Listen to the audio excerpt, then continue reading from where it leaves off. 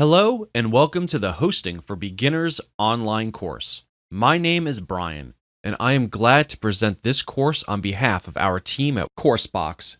In this course, you will learn how to use your web hosting panel, which is actually called cPanel, the one that majority of web hosting companies use. We're going to show you how to use it effectively to run your website. What I've seen over the years is a lot of people tend to forget how powerful the cPanel really is. In doing so, they often go about buying fancy scripts that cost a lot of money and don't realize that they can use the cPanel for free to do the exact same thing. So, the premise for this course is this. There are so many cPanel videos out there that cover basic features of cPanel, but the problem is they never really dive into the core of what cPanel really offers. That is my goal in this video course, as it is not only going to show you the features of cPanel that you can use for your website, but also parts of it that can really help you truly take your business to the next level of success. This course is not just about maintaining your website and having email accounts or things like that, but really taking it to the next step. You know, there are many different situations beyond just the basics. I want to make sure that I cover everything so that you're aware and you protect yourself from overspending to other scripts. So, in order to get started, obviously what you're going to need to have is cPanel. So with that said, let's move on to the next lesson. I wish you a happy learning. Hello and welcome back.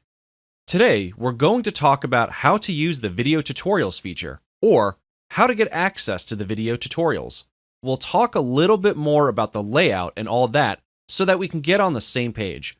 Not all cPanel users are aware that you can actually get access to the video tutorials that come together with cPanel. cPanel itself actually offers you a lot of basic tutorials within its website, so that you'll get access to understanding of using features. You don't need to think or figure out how do you use this feature, or how do you use that feature, because we're not going to be able to cover every single feature in this video course. So, you need to check out those tutorials too. In fact, what we're trying to do in this course is cover videos that are really not covered often, more in-depth views, rather than just how to use cPanel in general. Once you log in with cPanel, what you need to do is scroll all the way down to the bottom and click on Documentation. At this page, you will be able to access the video tutorials. As you can see, there are a variety of different types of documentation, like videos and written documentation. In the past, cPanel would add the video tutorials in the side of the cPanel, but now it is actually on the outside. I want to make sure that you understand that so you know where to go if you ever need to get access to some basic video training. Now, what I also want to mention is the user interface. Some of you will have different user interface than what you're seeing on the screen here, and that typically is because of the style of a hosting company. You can actually change the style. Most of you will have something that looks like this, and it really depends on your web hosting company. Some web hosting companies will actually customize the cPanel with their own user interface, with their own icons and all of that. What actually holds true and stays the same is the actual words on the sections and on the actual icons. The icons sometimes will be slightly different. The reason why I'm mentioning this to you is because some people might be confused because their interface looks a little bit different for them. What you can do is, up at the top, you can click on this little button here and click on Change Style. If you click this, you'll be sent to this page. I'm going to zoom in just a little bit more so that you can see it much clearer. So, there are different styles and different skins, as we call them, and the basic one looks like this. Then, we have the dark version. But, if you'll notice, the icons are very similar and very much the same. The only difference is the background. The light version is the same as well. I would say the majority of you probably have something like this. Now, this is the very old style. Some of you will have this as well, and you'll see this, but at the end of the day, it's all the same. However, if you notice, the similarities are the section name and then, of course, the actual name of the option. So, for example, File Manager will always be File Manager, and so forth. So, like I said, depending on the style that you choose, it might look slightly different. But at the end of the day, typically the things that do not change are the actual titles of the options. File Manager is going to be File Manager across the board. You're going to see different sections. Some of these sections will be different. Some, as you can see, you can actually move around. I can move this section further down here. Just keep in mind that yours might be a little bit lower or yours might be higher. Really, depending on the web hosting company, some will leave it at default and some will get all fancy and move things around and customize it with their own logo. But it's all the same thing at the end of the day, unless you're using a web hosting company that is not using cPanel, which are very few. So let me just run through this real quick. You have files, you have File Manager, you have images, and you have directory privacy, which enables you to tell the system who can actually access certain directories. We have FTP accounts, and we have Backup Wizard, which we'll show you how to use later on. We have disk usage here. That shows you how much disk space you have left. Then, of course, you have databases, which is phpMyAdmin, and which is where you're going to actually look at the database. But you'll need to create a database first, which you can do either here or here. You don't really need these options here, as these are for advanced users. Then, you have domain names such as site publisher, add-on domains, subdomains, redirects, and more. We're not really going to cover this, but subdomains, as you know, it's basically adding a keyword .yourdomain.com. So it's going to be a subdomain of the domain. Then, of course, you have email. You're going to be able to create email accounts here. You're going to be able to create autoresponders, and in this case, the autoresponder is just going to respond with an email. So, you could set up an email address and tell people to email you to this address, and you'll be sent an automatic response, like an email with a secret code or something. You could also forward all emails from one email to another email here. We have email authentication, which we'll talk about more later. We'll have Spam Assassin, which will enable you to protect your email address from spam. Then we have metrics like Awstats. There are other metrics as well, but these are different types of stats. Then, of course, you have security. IP Blocker allows you to block IP addresses, and Hotlink Protection is great as well.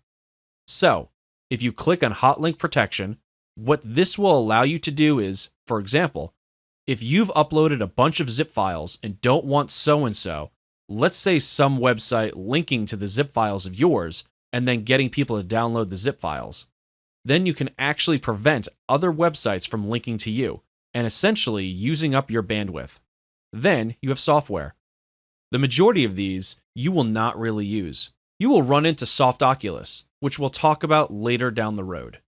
Then, of course, you have advanced options like cron jobs, which you will usually set up when you install a web script, and all these other things you won't really use as much. You will use error pages, which we'll show you in a different video as well. Then we've got preferences, which is where you just change style, change language, and all of that, and change your password. And then, of course, you have Softaculous. Hello and welcome back. Today, we're going to talk about how to create a mySQL database. Then, we'll talk about, in addition to that, how to insert data into a mySQL database, how to look at database, and how to understand the basics of it so that if you ever need to do this in the future, you can. When it comes to installing a mySQL database, it's actually a very easy thing to do. It's simply click and few other clicks and you're done. I'll show you exactly the step-by-step process of doing that. However, that said, how do you go about inserting data into the database if you ever need to do that? This is often underutilized, but needed in the long term whenever you're running your website. So, that's it. Let me go ahead and show you how. To create a mySQL database is super easy. Let's start at the top. Make sure that you're logged into your cPanel, and what you want to do is scroll downwards and look for databases. If it's different, then basically what you want to do is look for the mySQL database wizard, and this will walk you through step by step. It's the easiest way to go. So, first things first, click on this. And then the system is going to ask you what you want to name your database. Now, this right here is going to be your domain name. Domain is going to be different for different people, and you don't have to worry about that. Just enter a database name. We'll say DB, that stands for database. And this could be anything you want. You just need to remember what it is. Then click on Next Step. Then you want to create a username. So the username or the user has access to the database. So this is separate. You're creating a username and then you're creating a separate database. All right, so let's put that in here. We'll just say user1. Then, of course, you want to create a password.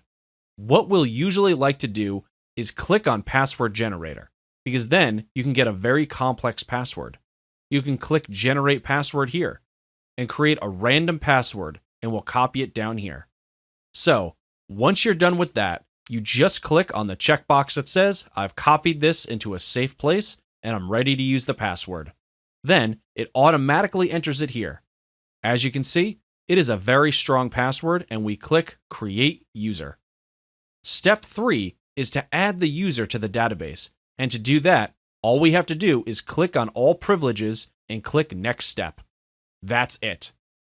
Now, what you need to do is hopefully you have saved the password to a very safe place.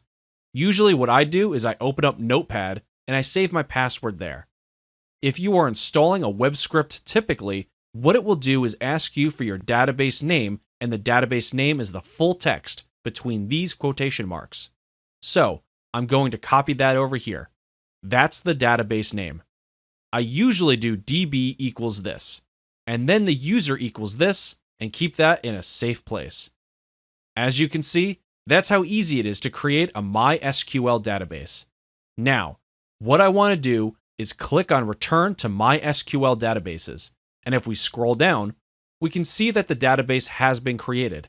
Now, I go back to the outside here, and I'm going to click on the logo, and that just brings me back to the home page. I'm going to go back down and look for PHP MyAdmin. What this allows you to do is to take a peek at the database itself. I will warn you, and I will say do this very cautiously, because any mess up could potentially mess up your whole site. But I wanted to show you this because sometimes, if you have basic detective skills, you'll be able to kind of get an idea of what's going on inside the database. If you click on PHP MyAdmin, it will open up and it will allow us to edit specific databases. Obviously, you want to find the database that you just named. So in this case, it was the DB base. It's this one right here. Then we can click here. So we can see that there are no tables found. That's the reason why it's an empty database, right? But let's say, for example, that we choose a different database that has data inside of it. So what I've done is I've gone into a WordPress site database. In this case, I'm not going to show you the username and password and all that, but I want to show you some of the basics. So whenever you install a WordPress site, for example, it will have you install plugins and all that. And sometimes we'll see plugin database tables inside of here. So sometimes you can actually edit the data that is inside of these tables. But if you're just curious, then come in and take a look, see what happens, and see inside of it. Obviously, I would be very careful if you are adding a site that you really care about. But by doing this and just looking at it, not really changing anything, this really gives you an idea of what is happening on the back end of your website. The reason why I'm showing this to you is because we used to do this in the past. So whenever we came across an error, or maybe something on the site that I couldn't change on the front end, then sometimes I would go to the back end, like right here, to correct errors for WP comments, for example. You could see comments and all that here. So what I'm showing, you can actually replace existing data with data that you want. And just coming through here and being able to see what's happening on the back end really shows you to see what is happening on your site. This is very useful to know, especially if you get locked out of your website and you have to change your username and password and it just won't let you in. So what you could easily do is you can come down here and go under users and then just change the password inside here. That's why I'm showing you this, because there are potential opportunities in the future. If something bad happens, you could potentially come in and get things fixed. But obviously, if you don't know what you're doing, then you will need to consult someone that does. Hopefully, that gives you a better understanding on how MySQL databases work when you create them. Then, when things begin to populate, everything happens right here. Hello, and welcome to lesson number 4. In this particular video, you're going to learn how to use Awstats, which is built into the cPanel, and how to apply it to your business. Essentially, knowing what goes on in your website is crucial. We'll discuss what the differences are between Awstats and Google Analytics in this lesson. Google Analytics typically gives you a more granular view of what's going on in your business, right? That said, not everybody uses Google Analytics. Not everyone uses it in the right way or at the right time. So, the nice thing about your cPanel is your Awstats is always running. There are specific golden nuggets that it gives you that Google Analytics does not really give you. We will dive into that further. In other words, in this lesson, not only will you be given an overview of Awstats, but you'll also learn different features of Awstats that, if used correctly, can actually go beyond and increase your website traffic and protect you as well. You'll also learn how people find you with keywords they are typing in search engines and how to use that to your advantage. You'll also learn who is linking to you for good reasons or even bad reasons so that you can protect yourself. We're going to take a little bit of out-of-the-box thinking here and show you some things that you may never have seen before. So, to access Awstats, all you need to do is go back to your main screen, as you can see here, and scroll down. Under the metrics section, you'll see Awstats. Now, I want to briefly talk about these other metrics. The visitors basically just tell you every single IP address and every single file that they are accessing. So, if you want a granular view of what is happening, what people are accessing, or what IP addresses are accessing your site, you would go here to find that. This bandwidth just tells you how much bandwidth or how many files in the metric of megabytes or gigabytes your prospects and site visitors are using. If you have a lot of videos, you have thousands of gigabytes of videos, and there are hundreds of people visiting it per day, it gives you a better idea of how much your website is actually using. In addition to that, you can click on Awstats. I'm not going to show you this because it will reveal my domain. But if you click on that, it will give you the option of either choose the regular yourdomain.com or the SSL version of yourdomain.com.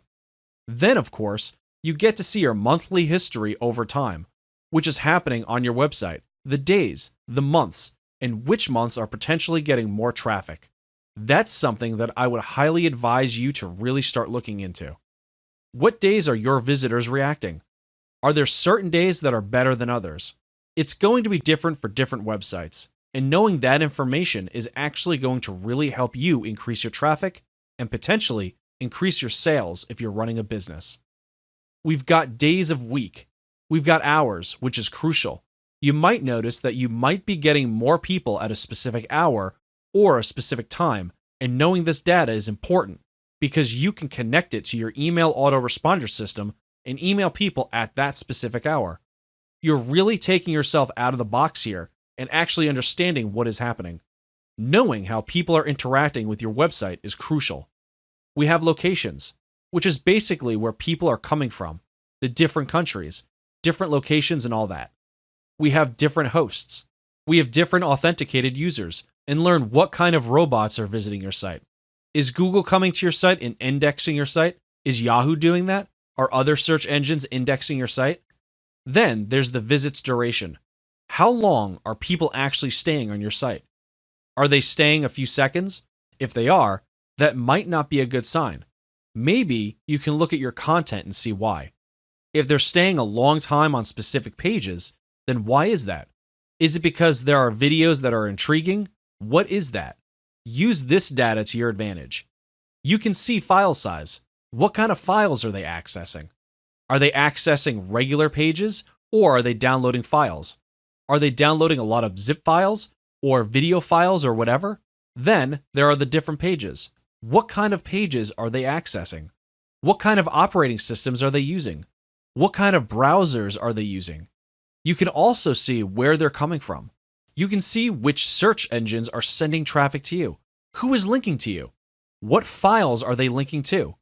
This is a great way to figure out who is linking to you. Are they doing it for good reasons? Are they maybe recommending you? Or are they linking to you and trying to hack your files? Maybe they found a loophole in your files and they're sharing it with everybody else illegally. You can find that information and figure out what is happening within Awstats. You can also see the search phrases. What kind of search phrases are people typing into Google to find you? So, this is really good to have. We've got search key phrases, which are phrases, a bunch of keywords put together, or keywords in the top 25 right here. Then you can see the different types of browsers people are using with different types of support. That might or might not be useful to you, but at the end of the day, what I found is from here up to here usually is very good golden nuggets that you could potentially use in other areas of your business. So, that's basically an overview of Awstats. But at the same time, definitely install Google Analytics and look at both. Compare both data and see what is happening in your business and your website in more detail. Hello and welcome to lesson number 5. In this video, you're going to learn what Softaculous is and how to use it. Softaculous replaced Fantastico, which is basically a popular suite of software scripts that you can build into your website. Things like WordPress and Joomla. If you want a forum, you can build forums with Softaculous. There are a lot of different free scripts that you have access to that you do not have to spend extra money for. They're all built in. In other words, Softaculous gives you access to things like WordPress, blogs, bulletin boards, even support help desk, and more. In this lesson, you'll be given an overview of this suite and how to use it properly. We'll show you how to install things like WordPress with a few clicks of your mouse. Where it's located can be different for different people. For most of you, it should be located somewhere down near the bottom. If we keep scrolling down, we can see that it says the Softaculous Apps Installer. What's nice about this is you have access to tons of scripts that you could potentially use, and just be aware that you want to pick and choose whatever you want. It's super easy, so try to install as much as possible scripts, but just keep in mind that the more you install, the slower your website will be. So, pick and choose wisely. Maybe 1, 2, or 3 scripts maximum. Let me just do a quick run through here. We've got blogs. We've got microblogs. If you click these links down below, these are categories.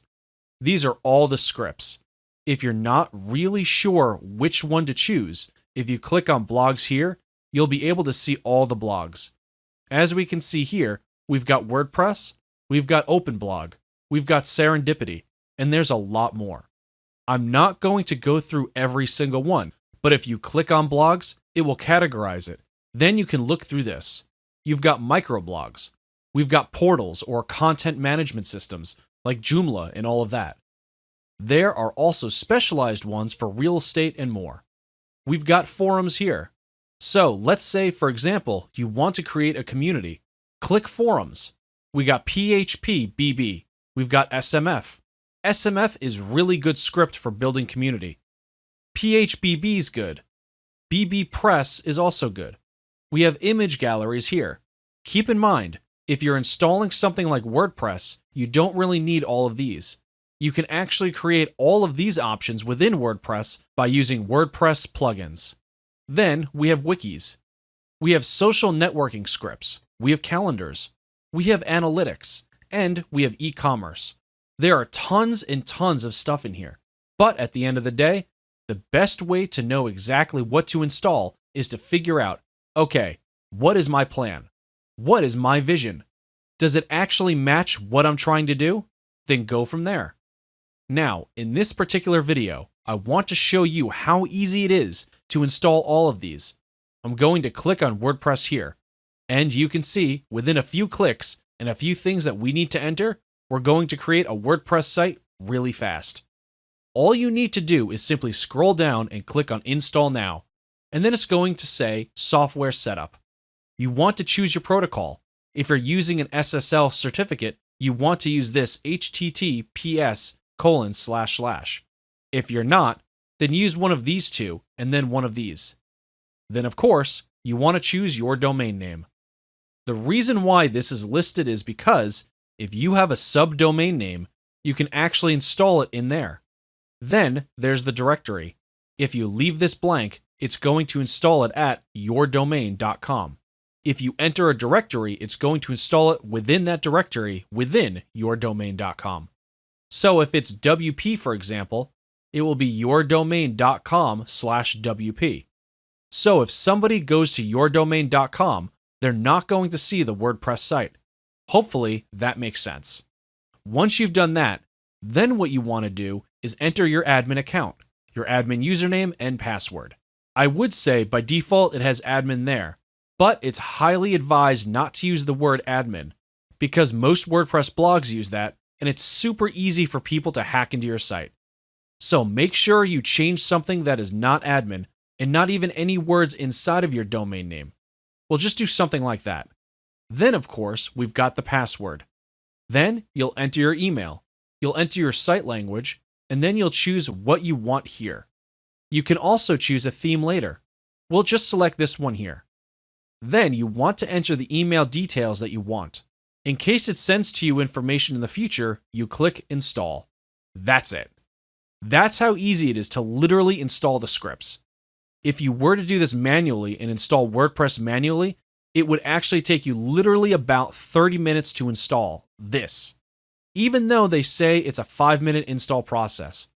Remember, using Softaculous allows you to install a variety of different software really fast. Hopefully, that opens your eyes to the potential software and scripts that you can install really fast. And with that said, let's move on to our next lesson. In this particular video, we're going to talk about how to set up an error and redirect pages. Did you know that you could be losing traffic when people land on certain areas of your website that don't exist? In other words, over time and over the years of maintaining your website, you'll have pages and elements, videos, zip files, or whatever that will disappear on your website. Perhaps you will delete them. However, over the years, they will be indexed by Google. If somebody clicks on that through Google and they come to your website, it will lead to what we call a 404 error page. Now, think about it for just a second. If you were that prospect and you clicked on a link and it went to a 404 error page, what does that first impression give you? Most likely, it gives you the impression that the site is not maintained. Or maybe it's not very professional, right? In that case, what it will do is it will be detrimental to your reputation. You don't want that. Instead, you want people to be redirected to either a page that actually works or a specific page that you want all the traffic to be redirected to. This is where the 404 error page comes in. Fortunately, on the cPanel hosting panel, you can specify where you want all this traffic to go.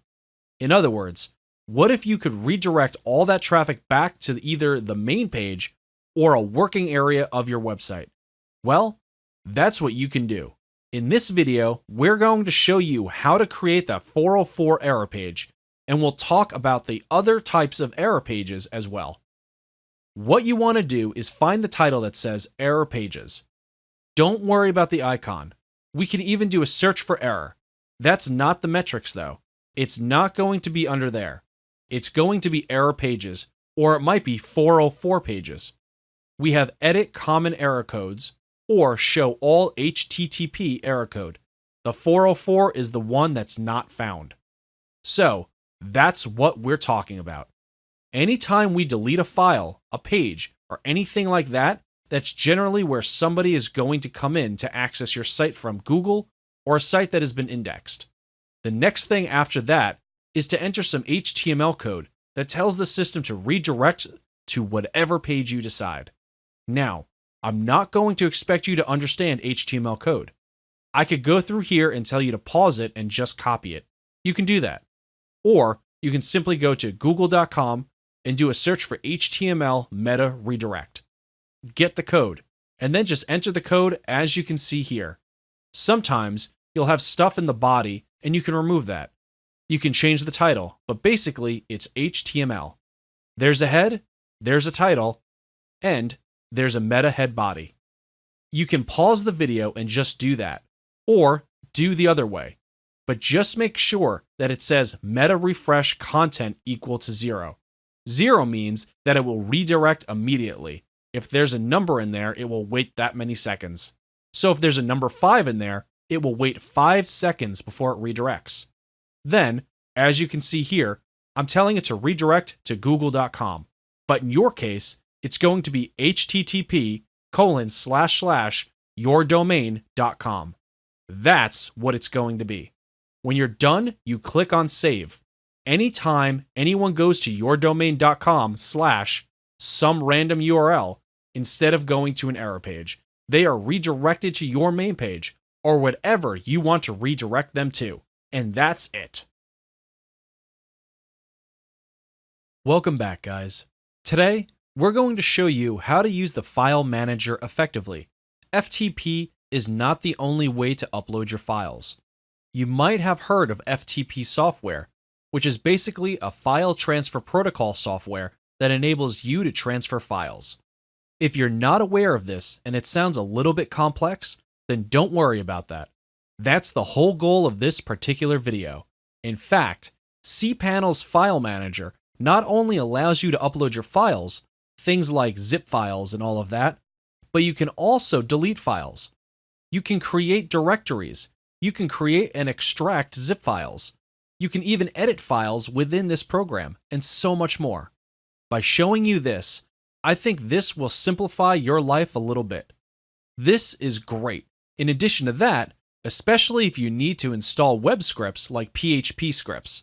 Best of all, you can do it within any fancy software, like the FTP software, and you can do it on any computer that has access to the internet. So, let me go ahead, jump right in, and show you how it works. You should see the file manager at the very top. The icon might be different, like I said earlier, but the file manager name will be the same. Click on that, and it's going to open up a separate window. I will warn you, you have to be very careful when you move your mouse, because you could potentially move a file or a folder into the wrong folder.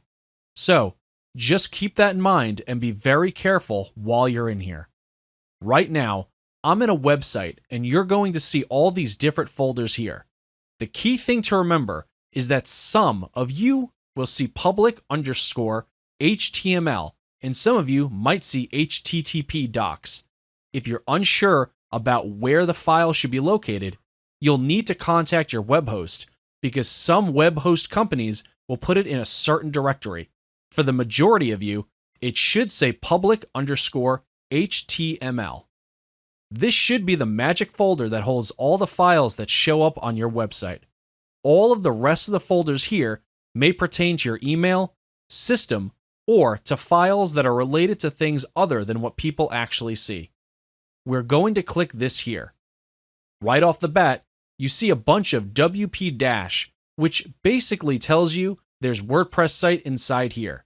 If we scroll down here, there are a number of things that we can do. So inside this folder, we can create a new folder. If we want to do that, we can click folder and we can type the new folder's name. So, create new folder. What we could do in this folder is we could double click it. Just like you would on a PC or a Mac computer, we're creating folders. Same thing, but in this case, we can upload files. We can click on upload and you can drag and drop files in here. Or you can simply click select file and upload files there. In this case, I can select an image, click open, and that'll upload the image. When I'm done, I click to go back to the new folder and we can see that it is there. We can select a file. We can also download it. We could click download and it would download it to our computer. If you had a zip file or a video file that you have and you want to download it to your computer, you can do that. You can also delete the file. We can also compress it. Let's say we have a good number of files that we want to compress into a zip file. We can select those files or select the folder and click compress. We can click zip, then compress, and it'll compress it as you can see here. We can click that, click download, and there we go. We can also delete files. You can select a file, click delete, skip trash, and permanently delete files. Or, if we unselect it and click confirm, we could do that. We can also rename it. You can rename the file here. We can also edit. It is an image file, so we can't necessarily edit the image file on here. We can only edit files like text files and things like that. Let's say, for example, we click on New File. We'll name this file as text. You can name it whatever you want it to be. I'll do that and we'll click on Edit. And now you can see that we're able to edit this particular file because it's a text file. You can also edit HTML files. So I could even do file.html. If you're not familiar with what HTML files are, they are basically web-based files. We could click that. We could click HTML editor, click edit, and then you'll see the HTML editor. Then, of course, you can create text, increase the size, and all that. We will exit out of that. You can also set permissions. What permissions means is you're telling the system as a user, these are my abilities, these are my rights. I can edit the file, but the world cannot. If you wanted the world to be able to edit, by world I mean everybody else, then you could do that. I would not recommend that. You're going to run into this situation, especially when you install scripts, especially when you upload the scripts. It is going to ask you to change the permissions for certain files, so that's good to know right there. That's pretty much it as far as File Manager goes, and as long as you understand those basics, and you understand that it operates very similarly to a Mac computer or a PC, then you're good to go. In this particular video, we're going to talk about email authentication. It's about time that you learn the basics of protecting your email box from spam. In this video, you're going to learn how to use cPanel and tell cPanel to do just that, and authenticate all the emails that are coming out of your domain as legitimate emails. What this does is it protects you from other people abusing your email. I'll show you in just a second how all this works. There are two things that you want to do. You want to, of course, scroll down and find the email section. After that, you're going to want to do two things. The first thing you want to do is open Spam Assassin, which will basically protect you from spam. We'll open that up in a new window. The next thing we want to do is what we call email authentication, and we'll open that up into a new window as well. Let's start with the Spam Assassin first. Spam Assassin basically is a mail filter. It will filter out your email. You have the ability to set it at a high and a low. By default, it's going from 1 to 10. So default is going to be 5. The higher the number, the more conservative the settings. So you can get really granular and block everything out, but I would caution you at that same point because at the end of the day, some of the good emails might be triggered as spam. I've seen that over the years. You have the option to auto-delete spam.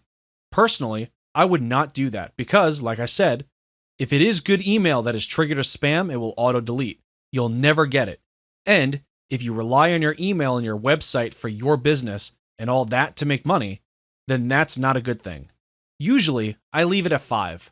You can click Configure to configure it further.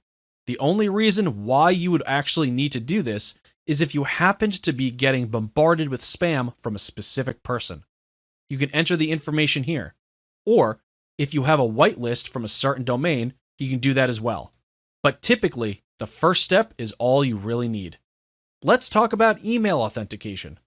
Let me read this to you so you understand what it's about. Email authentication helps prevent spam.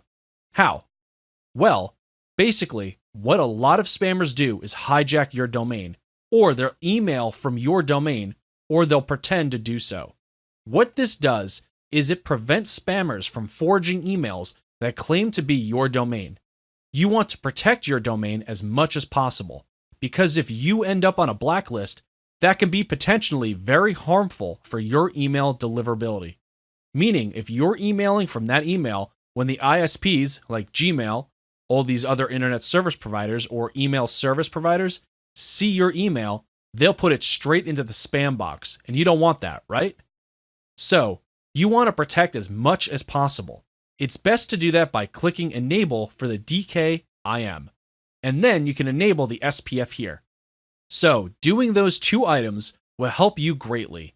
As far as protecting your email and your email reputation goes, in relation to the email service providers keeping your domain whitelisted.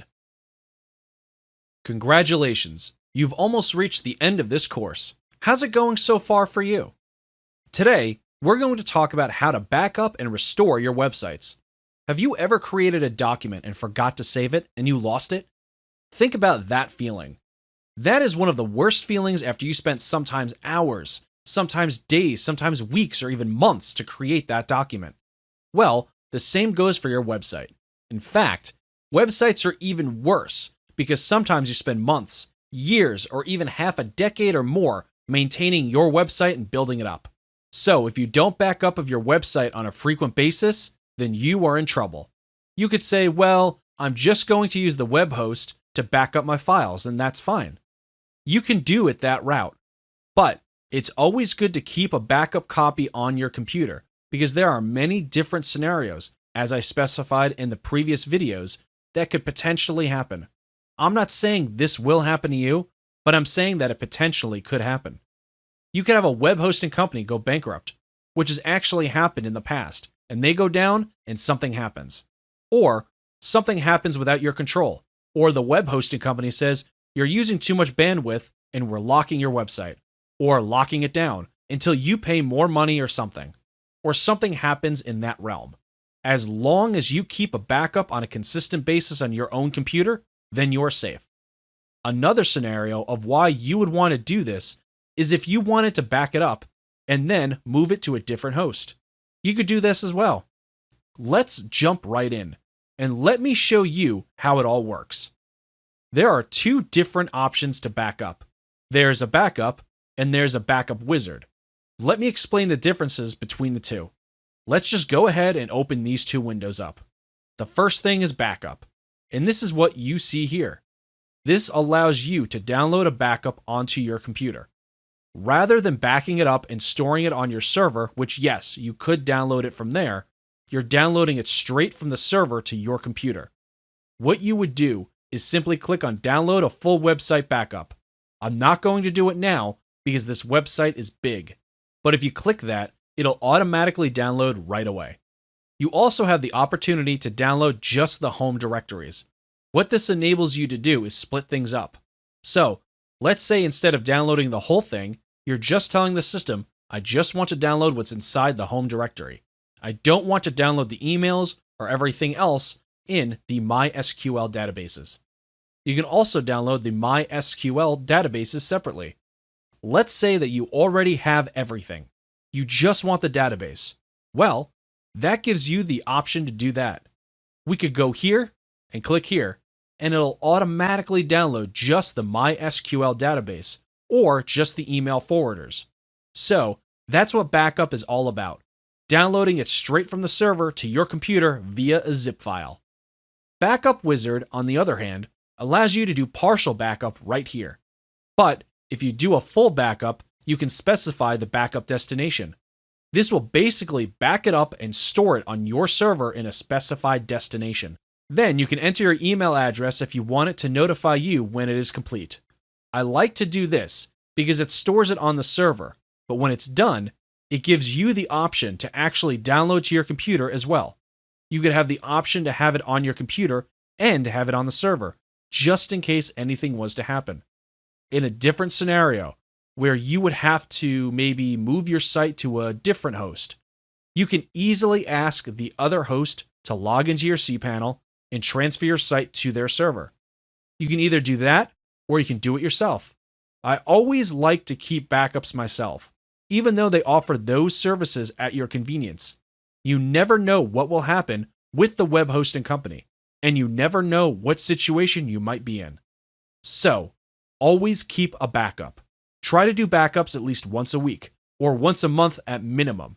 If you did the backup wizard, you've backed everything up, and it is sitting in your home directory. If you want to restore it, you can either ask the web hosting company to do it for you, or you can do it yourself and do it really quick. You can simply click on Restore and you can select the type that you want. So, we'll do Home Directory, and the final step is to either choose to restore your backup, upload the file here, and restore it from here. Or, if it is sitting on your server, you can also ask the web hosting company to restore it from your home directory, and they can do that for you. That's typically better because a lot of times web hosting companies will back it up once a week or whatever. If you have your own backup, maybe you did it right before you made a big change, then you can do it based on your own change. So, before you do that major change, back it up and you can do it from there. Otherwise, you'll have to rely on whatever the web hosting company has backed up for you. I guess that is it. We've covered a lot in this course, and hopefully you've enjoyed it and would give us a thumbs up. If not, if there is something you're not happy with, please reach back to us via comments or discussion board, or you can even send us a private message. We'll be happy to hear back from you and assist you if you need one. Congratulations once again. And now, I would like to wish a good luck with your business. Goodbye for now.